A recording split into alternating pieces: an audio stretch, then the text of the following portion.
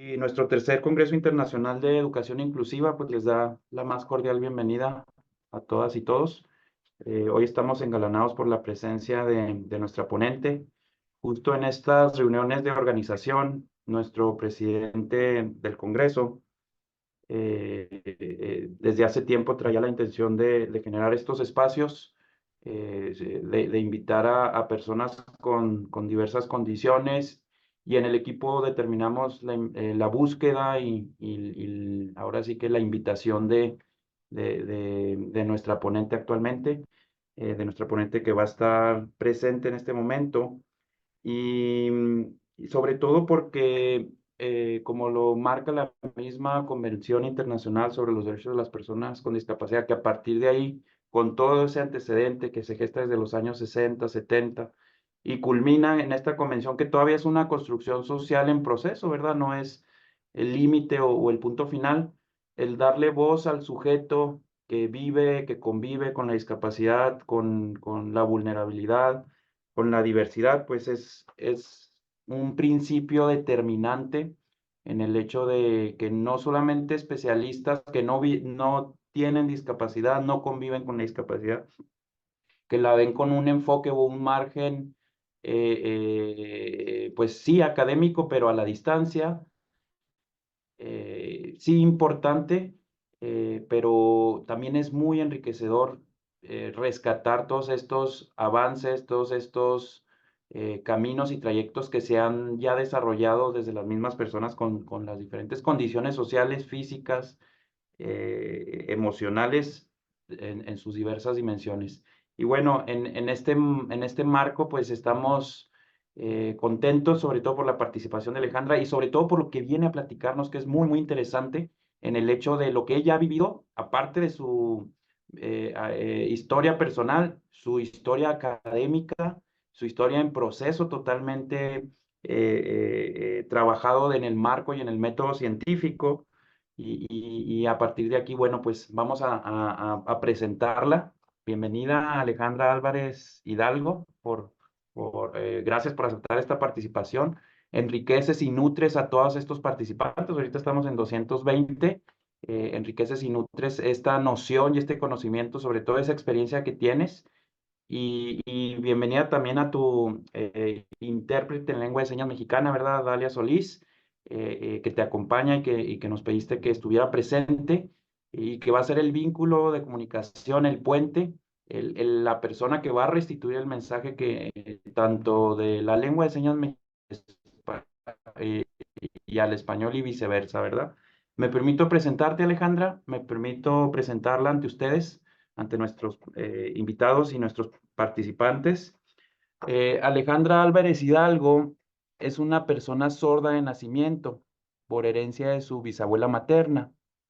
Su primera lengua es la lengua de señas mexicana y su segundo idioma es el español escrito.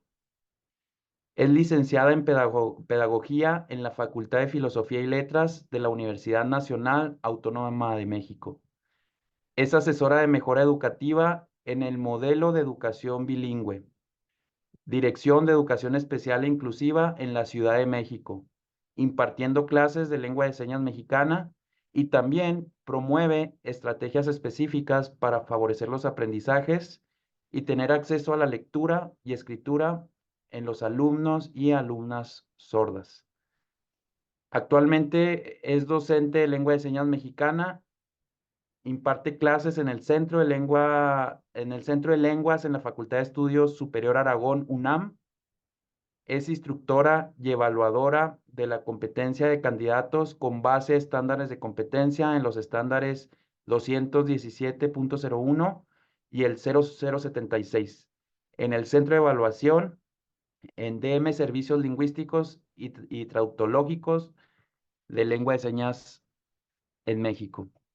Es activista a favor de la inclusión y el acceso a la comunicación a través del uso de intérpretes competentes de lengua de señas mexicana al español y viceversa, quien es miembro activo de la DM Servicios Lingüísticos y Traductológicos de Lengua de Señas en México. Y es la coordinadora general del movimiento en la defensa de la educación bilingüe para el sordo, un movimiento que ha trascendido a nivel jurídico normativo en todo México. Muy bien, Alejandra, quisiera cederte la palabra y a partir de este momento pues te ponemos atención para adentrarnos en este proceso académico que has tenido.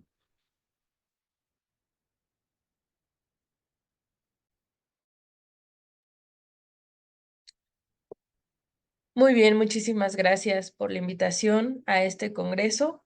Quiero decirles que me siento muy contenta y estoy un poco nerviosa porque me hicieron recordar, pues, los estudios que tuve en pedagogía. Y yo les voy a hablar un poco más acerca del informe de tesis que yo hice eh, al graduarme.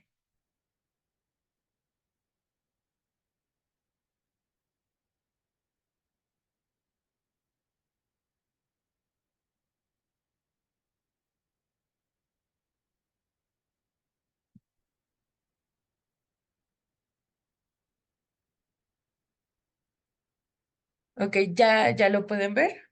Sí, muchísimas gracias. Bueno, pues lo que les voy a mostrar es la tesis que yo presenté en el 2021, que fue durante mi examen profesional. Yo presenté este trabajo de titulación comencé a hacerlo desde el 2016 y quiero comentarles que personalmente fue algo complicado porque pasó por muchas revisiones del español, ya que como ustedes escucharon, mi primera lengua es la lengua de señas.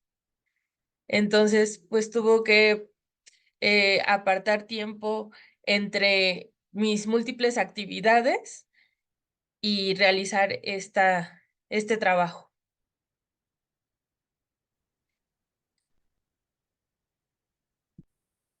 Bueno, el trabajo que yo realicé se centra justamente en la educación que hay con los niños y jóvenes sordos con respecto a la educación bilingüe. El español y la lengua de señas, cómo juegan un papel muy importante y cómo es que cuando solamente se le da oportunidad de que tengan acceso a uno de los dos, es muy complicado. Entonces, bueno, mi trabajo se divide en 5 capítulos. El primero nos habla de la situación real de la educación de los niños y jóvenes sordos. El segundo, acerca de elementos teóricos, conceptuales y metodológicos. Y bueno, recogí diferentes teorías y las plasmé aquí. El tercer capítulo habla acerca de la educación inclusiva y si ésta beneficia a la comunidad educativa de los niños y jóvenes sordos. El cuarto capítulo se centra en lo que es el movimiento en defensa de las personas sordas y el quinto en la conclusión. Bueno, la razón por la que yo hice este trabajo es porque, como saben, pues yo soy una persona sorda de nacimiento y me baso también un poco en mi experiencia en, en los niveles educativos en los que estuve, desde el aprendizaje en el jardín de niños hasta el contexto, pues, universitario. Además, lo que yo pude ver acerca de las diferencias entre el tipo de personas sordas y además, pues las experiencias que he visto a partir de mi trabajo en la SEP. Quizás ya todos sepan o les haya tocado ver, pues la situación que existe en las escuelas con niños sordos. Por ejemplo, hay diferentes centros de atención a personas como es el CAM, el USAER y el UDI.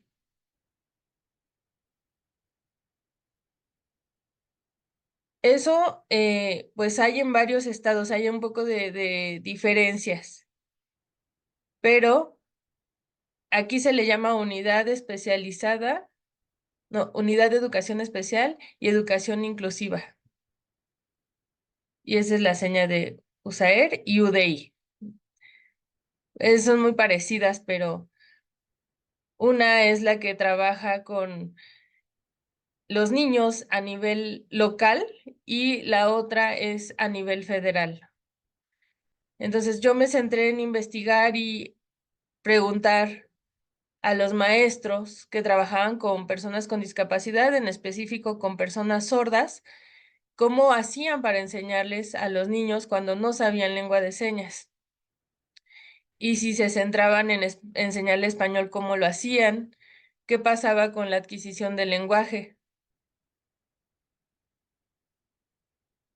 Pero también, mm, ¿qué es lo que pasaba con los niños cuando no adquirían la lengua de señas?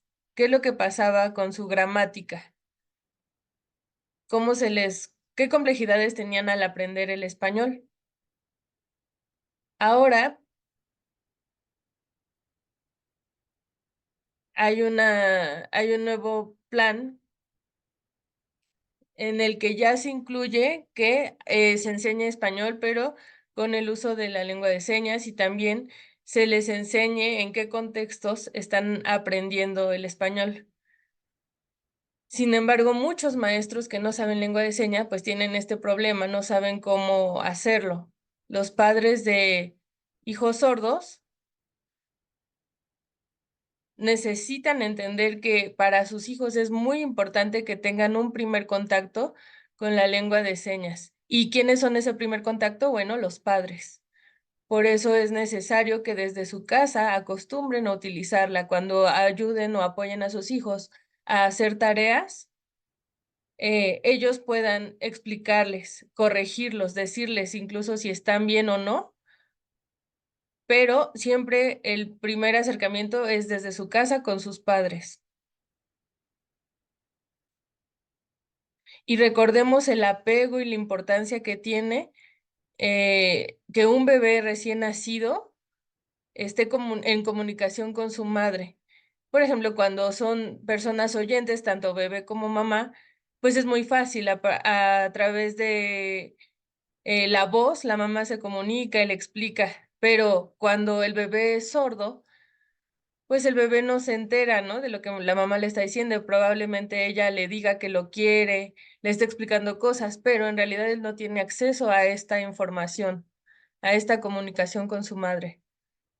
Entonces, quizás al estar limitados respecto al lenguaje, no haya un acercamiento como lo debe de ser, o como sería con una persona que no es sorda.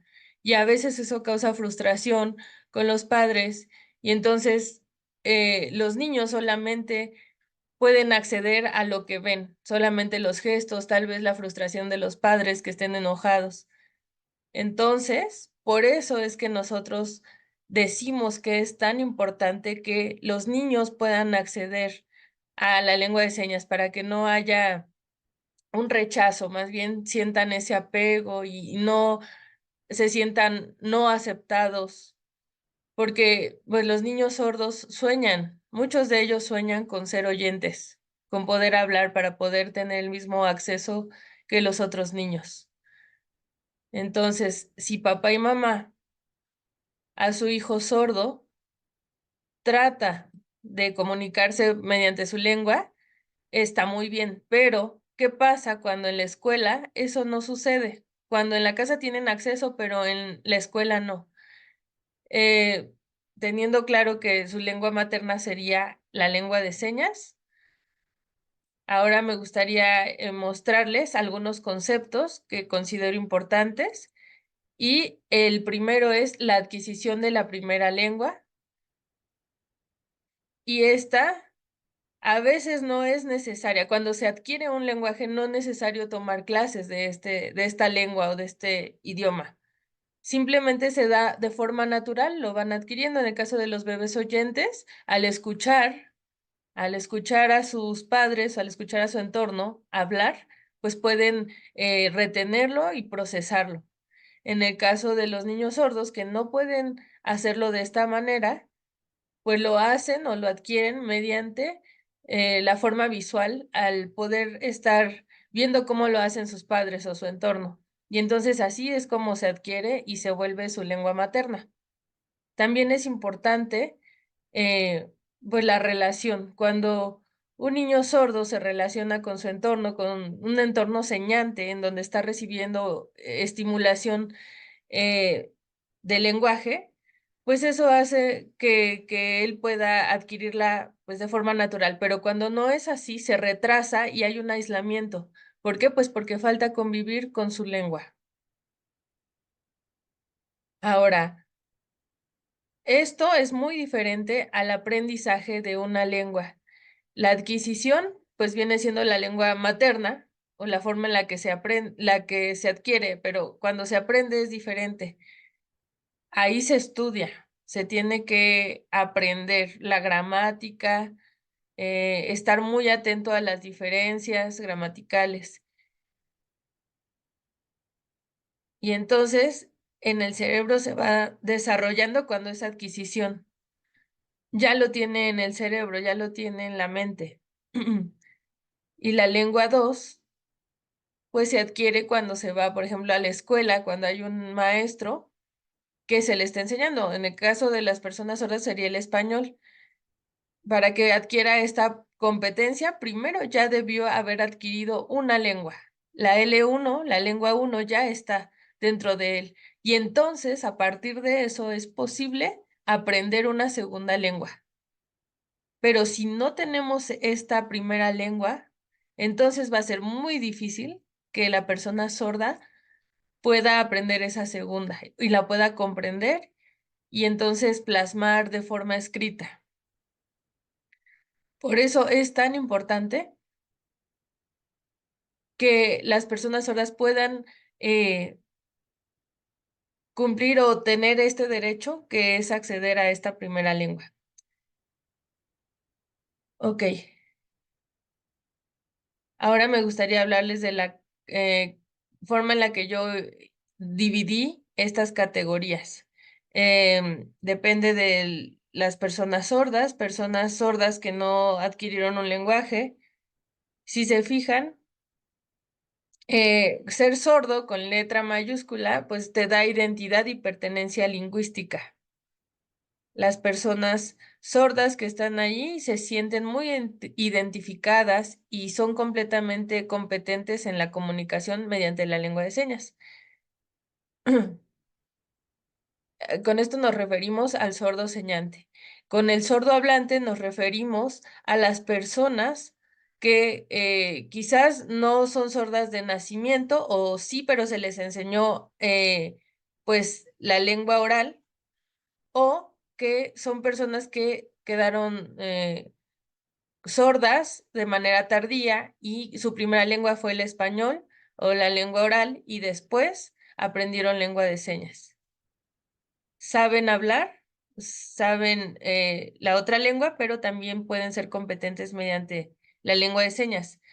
El otro tipo al que me referiré es sordo semilingüe, en donde no hay una adquisición de una primera lengua y entonces su forma de comunicación es por medio de señas caseras y entonces esa es la diferencia entre cada una de las categorías. Pero quiero decirles que la Ley General de las Personas con Discapacidad ya menciona acerca de las personas sordas, ya se refiere a ellas. Ahorita les voy a explicar un poco más qué es lo que menciona.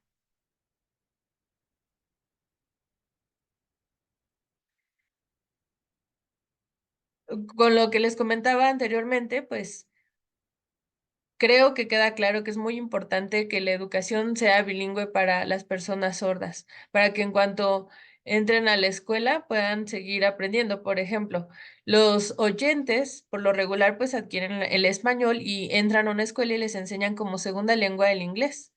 En el caso de las personas sordas, obligatoriamente podríamos decir que su segunda lengua debe de ser el español, no importa su nivel o el tipo de sordo que sea, si es una persona hipoacústica que escucha un poco o que es completamente sorda señante, a todas debería de enseñárseles como segunda lengua el español.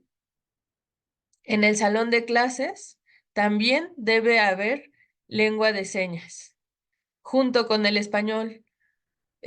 No solamente lengua de señas o no solamente español, sino que deben de ir acompañadas, deben de ser un complemento.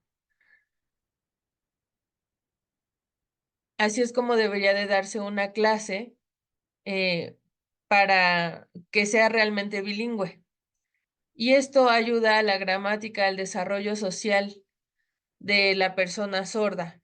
Eso la complementa y puede fundamentar la identidad que tiene en su cultura.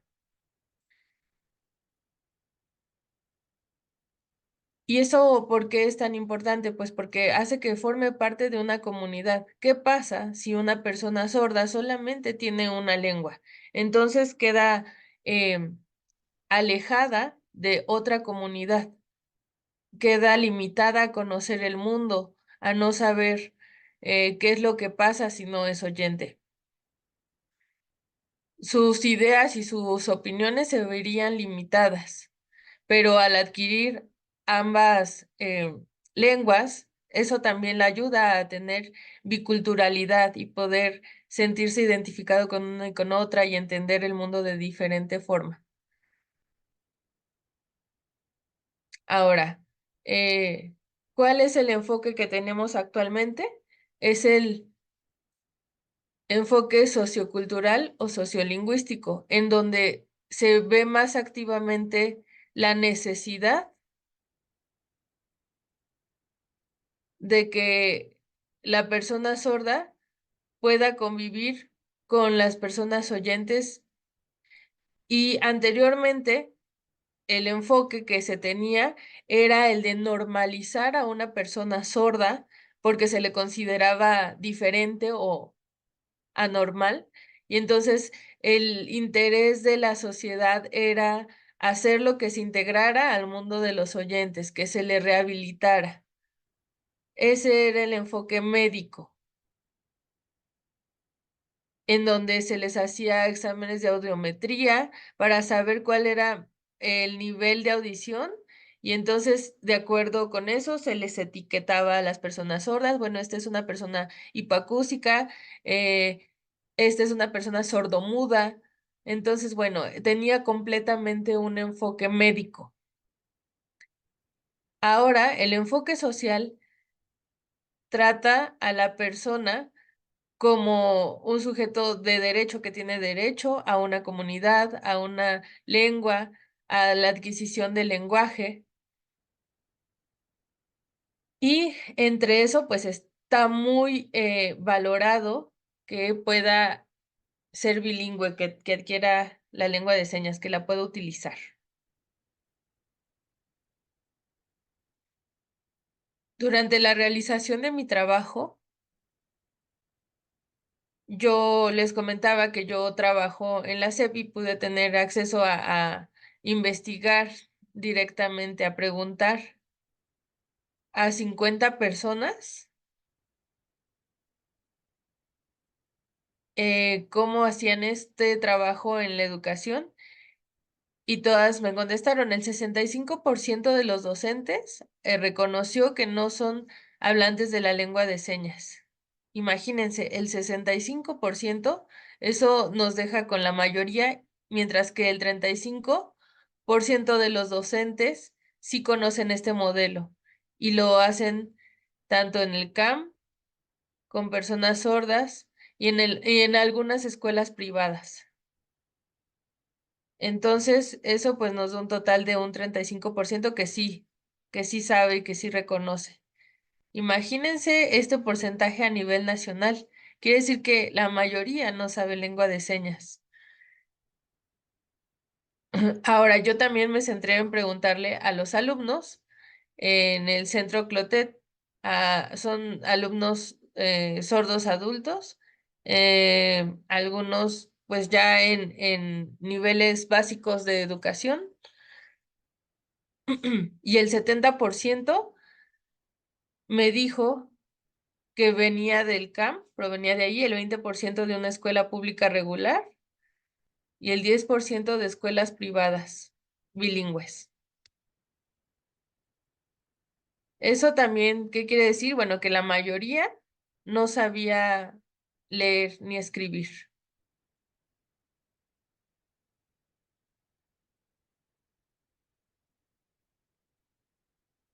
Todo esto, pues nos ayuda a comprender la importancia de que las personas sordas puedan acceder a un nivel educativo igualitario.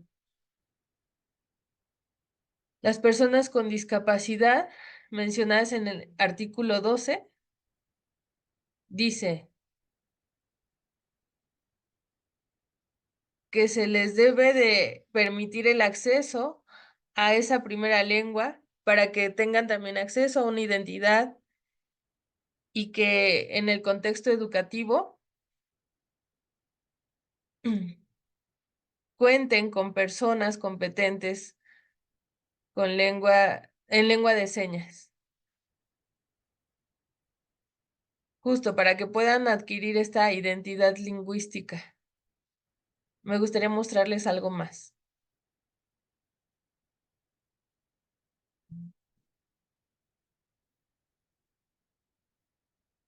Tenemos ventajas y desventajas de la educación inclusiva.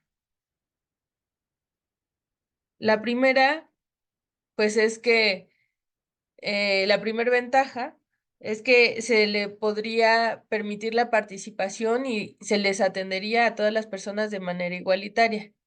Ahora, no tendría ninguna forma de que se les rechace, se sentirían con empatía, también habría igualdad de oportunidades. Pero para la parte de los alumnos sordos, ¿qué pasa cuando hay maestros no competentes en lengua de señas? En el caso del CAM, se junta y se atiende a diferentes tipos de personas con discapacidades distintas, como lo puede ser personas ciegas, con síndrome de Down, etcétera. Y en este caso, si el maestro no sabe lengua de señas, ¿cómo podría hacer para integrarlo? Siempre por costumbre se hace que a las personas sordas se les dice, a ver, espérame tantito. Ahorita te explico a ti. O quizás se cree que con aprender una lengua de señas muy básica, ya, con eso es motivo para decir que estamos siendo incluyentes. Y entonces a veces también para los docentes es complicado aprender otra lengua mientras se está enseñando, por lo que entonces se promueve que se siga con el modelo enfocado en la oralización. Pero eso no dota al estudiante sordo con una identidad gramatical. No se le está enseñando de forma simultánea las dos lenguas. ¿Cómo podrían enseñarle algo de gramática de lengua de señas y gramática del español si no hay de dónde partir, no hay de dónde comparar? Por eso estamos promoviendo pues que haya igualdad. Sí, el modelo actual pues sí hace que todas las personas sordas sean tratadas igual, pero en la educación básica carecen de todo esto que a lo mejor podrían acceder hasta un nivel ya superior o medio superior. Entonces, eso hace que no tengan las bases necesarias para, pues, seguir.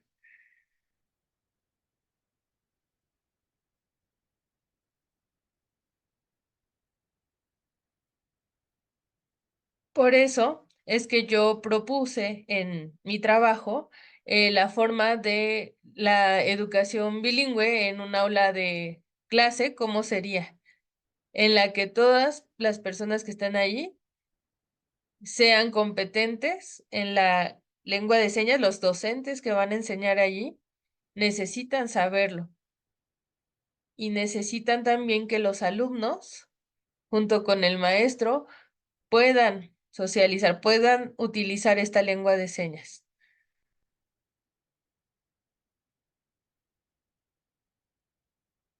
Y también que se les pueda enseñar el español, que las personas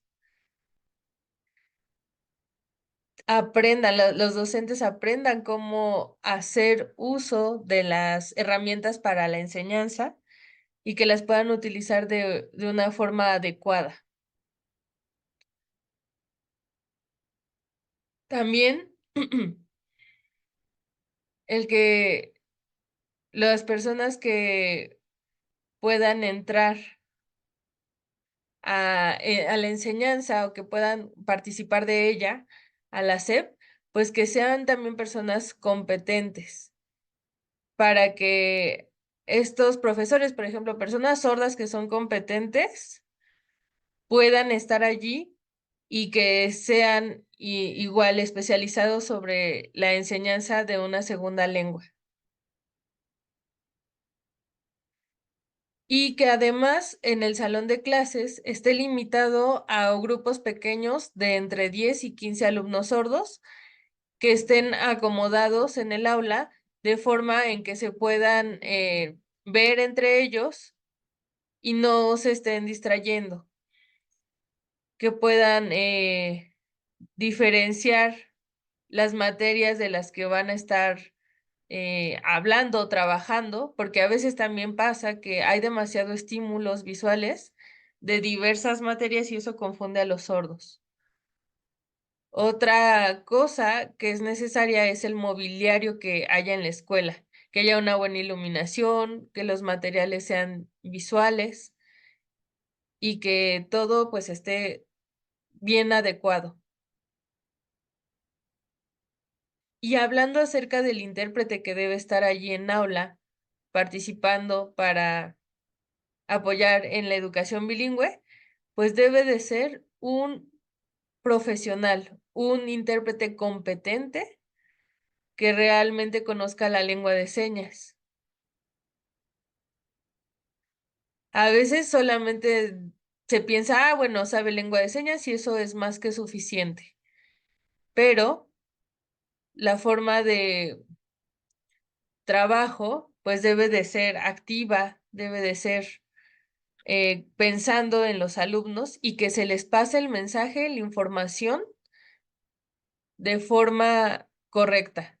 Debe de haber participación tanto del docente como del intérprete, que conozca los temas y el plan de estudio que va a estar interpretando. Pero debe de quedar claro que un intérprete no funge como docente, solamente sería como un apoyo, porque a veces pasa que si un alumno eh, se equivoca, ¿a quién se dirige?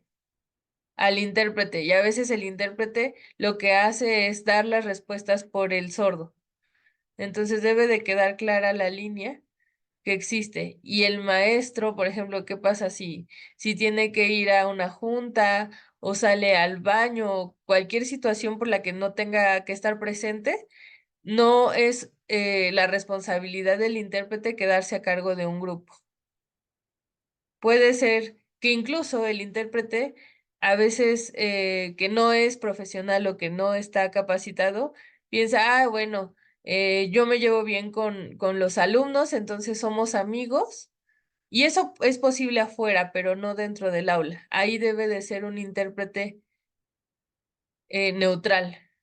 Y también ser profesional cuando vea que el alumno no está entendiendo la información, para que el docente vuelva a explicarle y le quede claro el tema al alumno.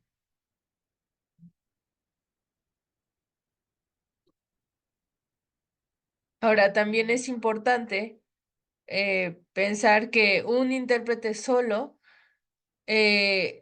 todo un horario de clases completo, pues es muy pesado ese trabajo. Entonces necesita descansar. Ese es el derecho que tiene el intérprete.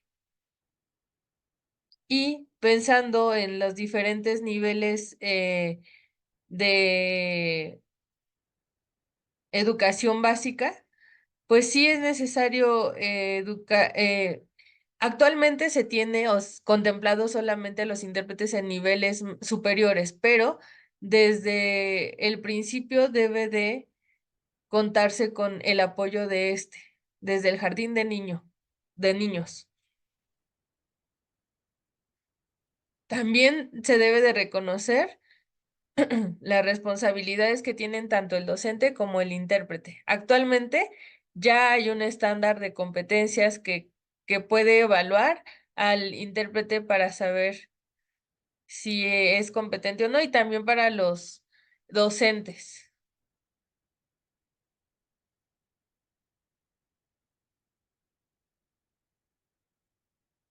Muy brevemente me gustaría hablarles de lo que es MEVISOR, el Movimiento en Defensa de la Educación Bilingüe para el Sordo. Anteriormente, pues no se reconocía la lengua de señas como una lengua, pero se estuvo trabajando porque se reconociera, y con el apoyo de Boris Friedman en 1998 es hasta el 2005 que la Ley General de Personas con Discapacidad pues ya lo reconoce. También ahí, a partir de ese momento, pues se le da reconocimiento a la lengua de señas, al servicio de interpretación y a la educación bilingüe. Y después se crea la Ley General para la Inclusión de Personas con Discapacidad, y es entonces hasta el 2012 que se deroga la educación bilingüe. Hay algunos artículos que se tuvieron que modificar, que se quitan, ya no están allí, y ningún sordo se enteró para poder reclamar o para poder estar en contra de esto.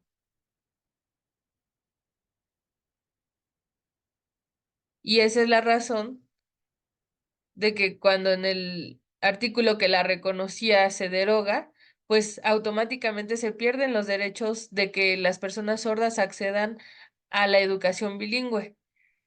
Y entonces se empieza a crear una red mediante las redes sociales en donde los sordos denunciaban pues la falta de esta educación bilingüe, que las formas no eran las correctas en el aula. Y entonces, pensando en las necesidades que la comunidad sorda tenía, es donde comienza a haber un movimiento, comienzo a pensar en cómo poder ayudarlos. Entonces, el 29 de julio del 2016 en la Ciudad de México, comenzamos a hacer reuniones en las que hablábamos acerca de este tema y empezamos a movernos. Y entonces, posteriormente se hicieron en diferentes sedes, comenzando por la Ciudad de México, en San Luis Potosí, Puebla, Jalisco, Morelos, Durango, Chihuahua, avisando o tratando de hacer que las personas sordas puedan defender su derecho. Hemos sido un movimiento pues que ha hecho un tipo de activismo para que se les reconozca a las personas sordas este derecho que tenían. En el artículo 65 de la Ley General de Educación, pues se aprueba, pero no se reconoce completamente ese modelo bilingüe del que les he platicado.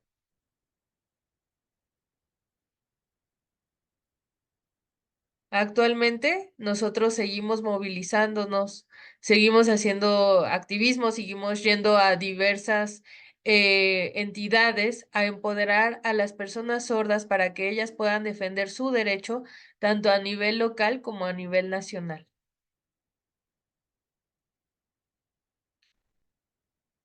Nosotros nos hemos valido del apoyo de diversas asociaciones y todavía seguimos trabajando con ellas. Aquí en el trabajo que yo realicé, en mi tesis, la terminé en el 2021, hace 3 años, Pero desde entonces las leyes han cambiado gracias a la lucha que hemos tenido las personas que somos parte de la comunidad. Y en el 2005 ya se habían aprobado en algunos estados leyes que eh, reconocían el movimiento bilingüe. Pero aquí puse algunas anotaciones que muestran cuáles son las actualizaciones, qué es lo que ha pasado con estas leyes. Por ejemplo, en el estado de Guerrero había algunos conceptos mal plasmados en la ley, como personas sordomudas o lenguaje. Entonces, esta ley pues ya al fin tuvo algunas modificaciones. También algunas constituciones estatales ya han tenido cambios en estos conceptos. Y esta lista que ven aquí es de los estados que en realidad no habían tenido alguna ley en relación con personas sordas y este modelo bilingüe, y que simplemente aprobaron pues una copia, digamos que de otras leyes. En el estado de Guanajuato y de Nayarit todavía hace falta seguir eh, moviéndonos, seguir tratando de que se reconozca este derecho, porque falta agregar qué es el modelo de educación bilingüe. Se ha luchado, ha sido un poco complicado, pero también debe de anexarse allí que se reconozca el uso de la lengua de señas de la educación bilingüe para los niños, niñas y adolescentes. En la Ley General de Educación, la Ley de las Personas con Discapacidad y la Ley sobre los Derechos de Niñas, Niños y Adolescentes. Todas estas deben de incluirlo también. Bueno, en conclusión, en mi experiencia y en lo que plasmé en mi trabajo, yo he visto que las personas sordas pueden realmente acceder a sus derechos, pero debemos de empoderarlos, debemos de seguir trabajando en esto, porque pues Mevisor ya ha hecho lo más posible pues para que esto se cumpla.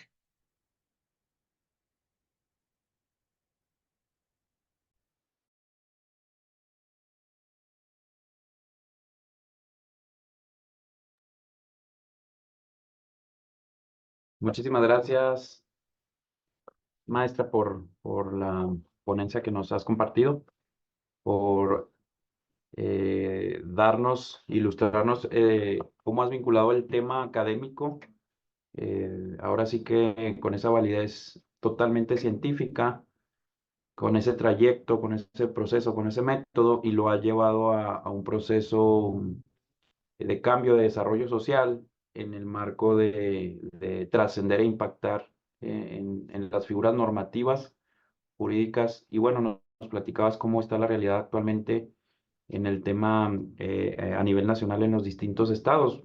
Todavía falta mucho por hacer y sobre todo el generar este punto que no es un punto final, es un punto para seguir construyendo y el vincular esa parte académica con la parte del activismo social que realizas.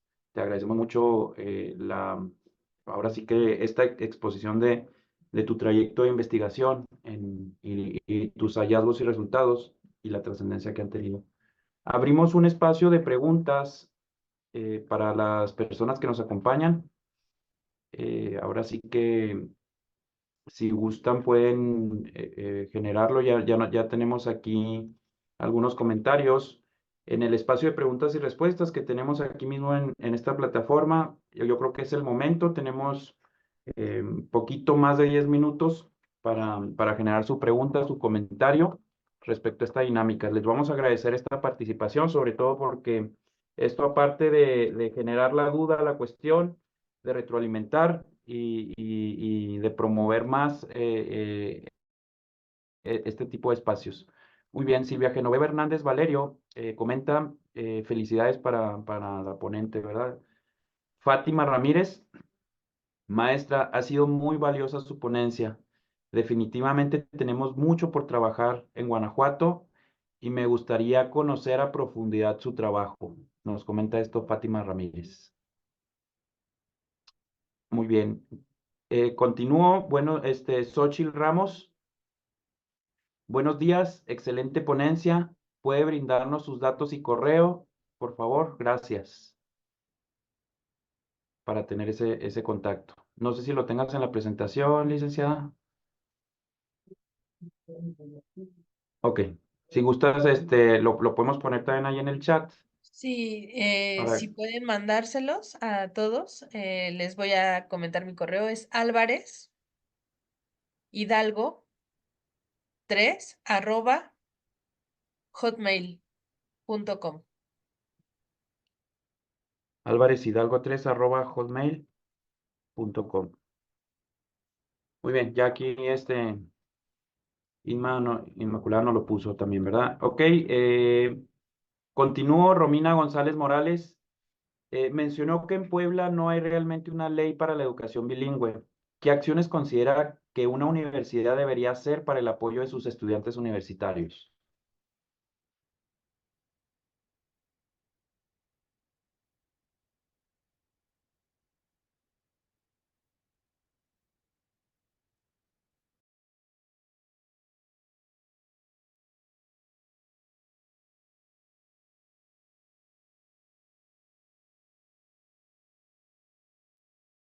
Sí, lo que yo pienso es que, bueno, el trabajo que hemos estado haciendo en Mevisor es el de invitar a los líderes sordos y de empoderar y de animar a los jóvenes para que puedan ellos mismos aprender cómo, a qué derechos tienen acceso o qué derechos pueden exigir para también en su comunidad o en su propia trinchera empoderar y exigirlos.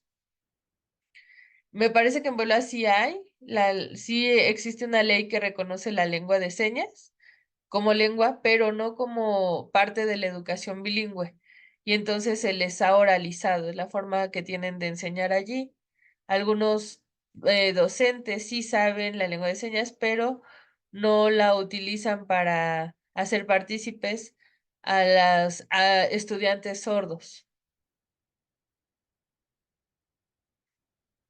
Es importante que trabajen acerca en referente a esto que nos comentas, deben de colaborar tanto intérpretes como los docentes, ser conscientes de que es necesario trabajar en conjunto y no solamente desde la parte oral.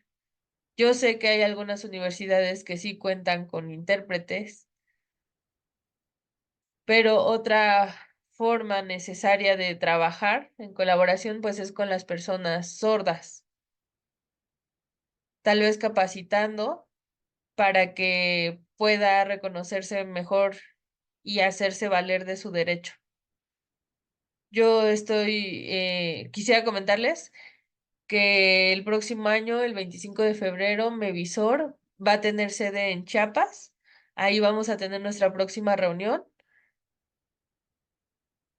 Y no solamente vamos a hacer pues algunas conferencias, no solamente se va a dar conferencias, sino que algunas actividades en las que puedan eh, trabajar esto, cómo solicitar o cómo pedir, exigir sus derechos.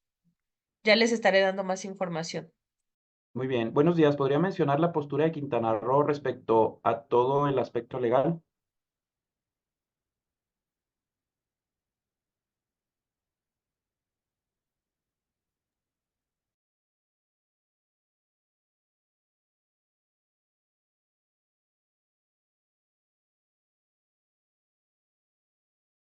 Me parece que no lo añadí. Ah, sí, perdón. Ahí actualmente ya se cuenta con la ley de desarrollo inclusivo, incluyente para las personas con discapacidad del estado de Quintana Roo.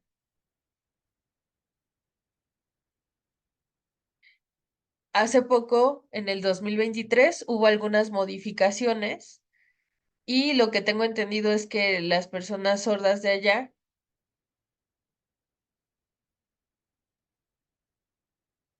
les hace falta ser más activistas, les falta moverse un poco más y a ellas también las estamos tomando en cuenta, están invitadas también para formar parte de la próxima reunión, justamente para enseñarles cómo hacer este activismo desde allá. La ley pues ya reconoce algunas cosas, sin embargo, los sordos tienen que exigir a la CEP estatal de Quintana Roo que se cumpla con este derecho, porque para exigir también es muy importante que ellos primeramente conozcan qué es lo que dice su legislación. Si no lo hacen, pues ¿cómo podrían solicitarlo? Así que nosotros el trabajo que hacemos es tanto con intérpretes en conjunto con personas sordas para que juntos puedan trabajar allá. Y recordemos que los intérpretes no pueden ser familiares o simplemente conocidos que sepan algo de lengua de señas, sino que, como les mencionaba anteriormente, debe de ser un profesional cualificado para este trabajo. Nosotros debemos de tratar de que los padres de las personas sordas también conozcan, los podamos guiar para que en conjunto podamos solicitar este derecho, que lo exijamos, pero tiene que ser a la SEP, porque la ley pues ya lo reconoce y eso está muy bien, pero entonces falta que la SEP cumpla. La SEP estatal de Quintana Roo. Ya debe de, pues, considerarlo, debe de hacer un plan educativo y también un presupuesto asignado para que pueda llevarse a cabo. Muy bien, comenta Jenny Rosa Torriente Ponce, excelente investigación, gracias por compartir la experiencia.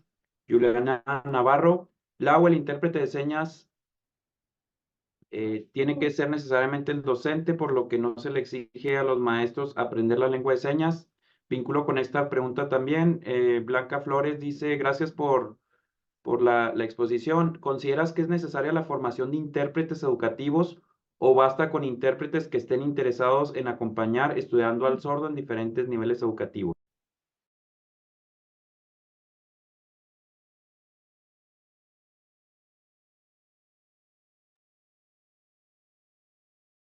Bueno, imaginen que ustedes están aprendiendo inglés. Se pueden comunicar, ya aprendieron un nivel en el que ya se comunican. ¿Podrían ser intérpretes? Yo creo que no, ¿verdad? Todavía no estarían listos para eso. En el caso de la lengua de señas pasa lo mismo. No es suficiente con que sepan lengua de señas, deben de conocer las teorías del aprendizaje, adquirir competencias y habilidades.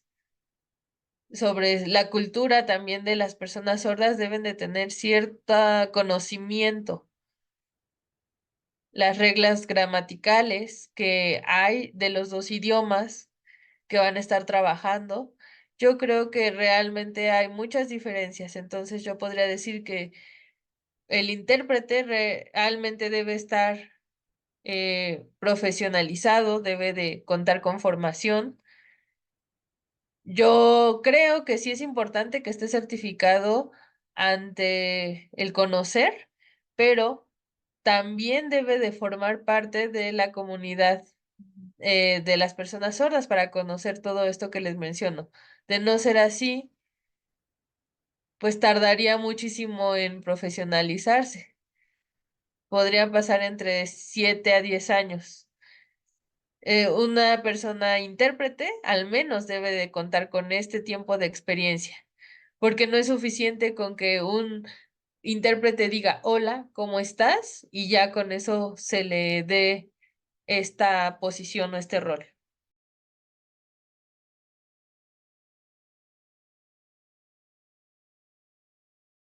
Muy bien, son muchísimas preguntas, se nos está acabando el tiempo, estamos aquí eligiendo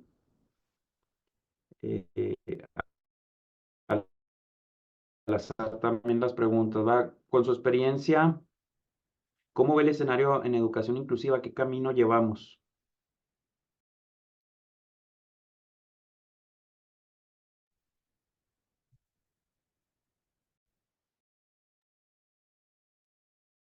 Bueno, realmente muchos sordos tienen la expectativa, incluso le ruegan a Dios, ¿no? Que sea posible eh, que lleguemos a este a este sueño de tener educación bilingüe para todos. Sin embargo, debemos recordar pues que no le podemos dejar esto a la suerte o a Dios, sino que nosotros debemos de empezar a movernos. Se trata de nosotros.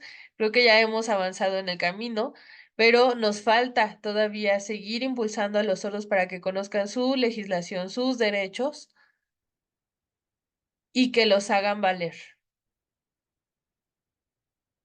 ¿Cómo lo van a hacer? Pues para empezar, estudiando.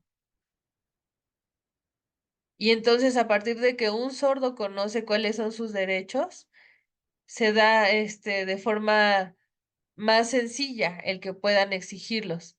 Porque realmente ahorita ya hemos avanzado mucho en legislación, ya tenemos leyes que reconocen la educación bilingüe, el modelo del que les he hablado. Pero se necesita del trabajo de activistas que puedan hacer cumplirlo. Tenemos que hacerlo de forma inteligente, no solamente enojándonos y reclamando todo lo que no se ha hecho, sino saber cómo hacerlo para que realmente nos lo respeten.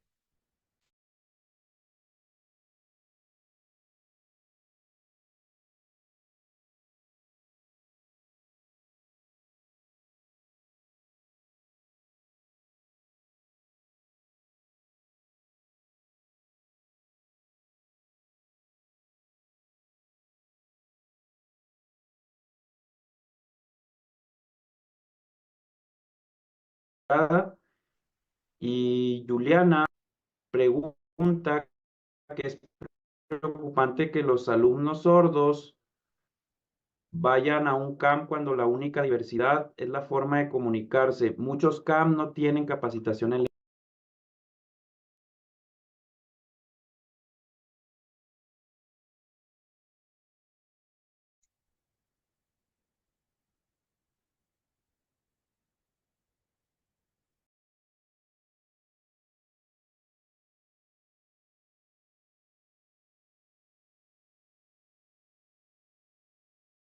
Dalia, tienes tu micrófono Sí, hace ratito apagado. les mencionaba justamente que eso es lo difícil en el sistema, que no haya reconocimiento, no haya habido cambios significativos en cuanto a la forma de enseñanza en el camp. Y por eso es tan importante que se profesionalice, que se tenga entendido cuál es el modelo que necesita cada estudiante, qué es lo que hace falta. Y por eso, si yo conozco que hay limitaciones tanto en USAER y hablando desde mi propia experiencia, sé lo difícil que ha sido. Incluso a mí, eh, pues aunque me causa mucha tristeza, no creo que la forma de resolverlo sea sentándonos a llorar, sino más bien moviéndonos, buscando profesionalizar intérpretes, docentes, empoderando a los sordos. Y a veces incluso a nosotros nos tocará tener que pagar a los intérpretes que puedan acompañarnos en esta lucha, pero tenemos que seguirnos esforzando. No podemos quedarnos tristes pensando que el camino que nos falta es difícil. Muy bien, muchas felicitaciones desde Cuba, desde diferentes estados de la República. ¿Dónde pueden encontrar tu tesis, Alejandra? ¿Están interesados en ver tu proceso de investigación?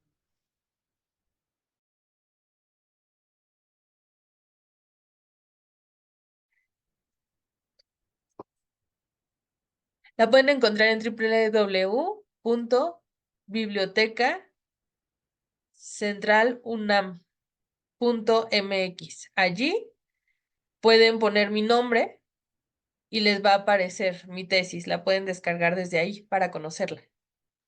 Última pregunta, Alejandra. Son muchas preguntas que dicen dónde estudiar lengua de señas, dónde certificarse, dónde ser intérprete educativo, intérprete en general. Ahora sí que hay muchos interesados y sería nuestra última pregunta de este espacio.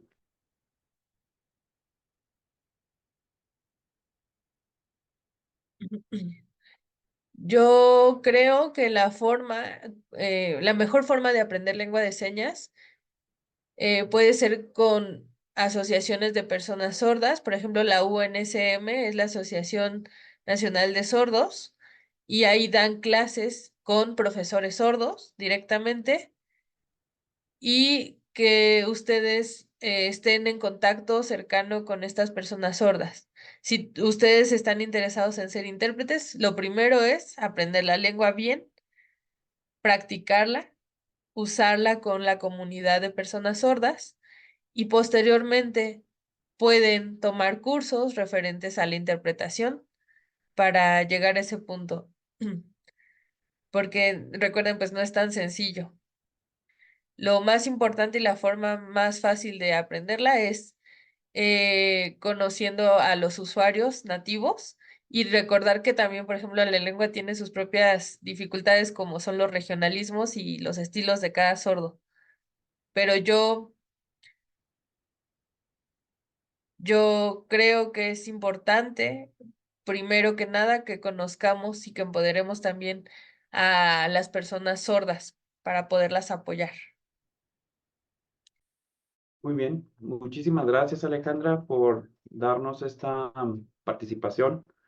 Em, Ahora sí que es un tema valioso, un tema, una asignatura pendiente y es un tema que nos corresponde, nos corresponsabiliza, pues yo creo que a todos los que estamos aquí, porque personas sordas, tanto en el ámbito educativo, laboral, recreativo, social, pues vamos siempre a coincidir. Muchas gracias. Con esto cerraríamos tu participación. No sé si tengas algún mensaje final para cerrar.